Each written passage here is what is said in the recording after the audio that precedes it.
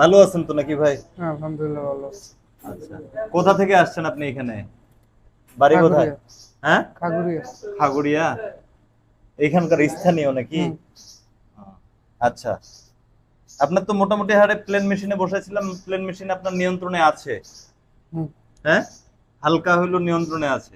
আমি আজকে দেখাচ্ছি আপনাকে ওভারলক মেশিন। ওভারলক মেশিন কিভাবে সেলাই করতে হয়, ঠিক আছে? এই ওভারলক মেশিন আপনাকে সেলাই করতে হবে। যদি প্যান্টের কাজ হয় তাহলে সাইড সিয়াম, ইনসিয়াম, সিঙ্গেল ফ্লাই, ডবল ফ্লাই এগুলোর কাজ করার লাগে। হ্যাঁ, হুম। আর যদি মানে একটা প্রসেসের কাজ হয় হয়তো বা সাইড সিয়াম সেলাই করার লাগবে, না হলে ইনসিয়াম সেলাই করার লাগবে। যেটার কথা হলো সাইড সিয়াম ইনসিয়াম সেলাই হুম। করতে হবে ওভারলক মেশিনে। তাহলে মেশিন যদি আমার নিয়ন্ত্রণে থাকে, যেই কাজটাই দিবে আমাদেরকে, আমরা সেই কাজটাই করতে পারবো। এই যে এইখানে এটার নাম হচ্ছে, দেখেন, সুতা লাগানো তো পারেন তাই না? হ্যাঁ, সুতো লাগানো পারি।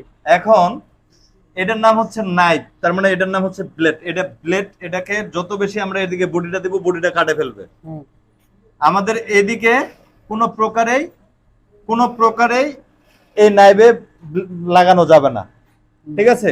যাতে করে না লাগে, এটা সব সময় টেন্ডেন্সি রাখতে হবে। দুই একটা সুতা কাটা যাইতে পারে, কিন্তু বডি এটা যাবে না, বডি যাবে না। ঠিক আছে? হুম। এই যে ঠিক আছে।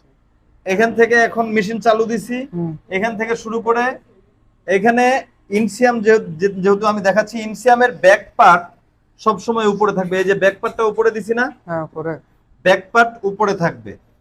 ব্যাক পার্ট উপরে থাকা অবস্থায় এখানকার পয়েন্ট থাকে অনেক জায়গায় তিনটা, অনেক জায়গায় একটা। একটা পয়েন্ট হচ্ছে এই যে ইনসিয়ামের মিডল। এই যে ফ্রন্ট পার্ট এবং ব্যাক পার্টের যে হাই ক্লোজ এবং এদিককার আছে ব্যাক রাইস, এই দুইটার পয়েন্ট একত্রে মিলবে, হুম। মিলাইতে হবে।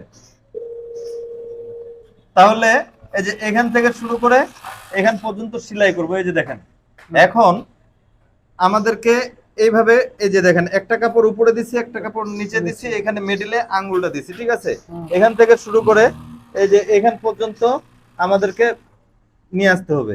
এখন এখানকার পয়েন্টটা যেহেতু আমাদেরকে মিলাইতে হবে, হুম। পয়েন্ট যেহেতু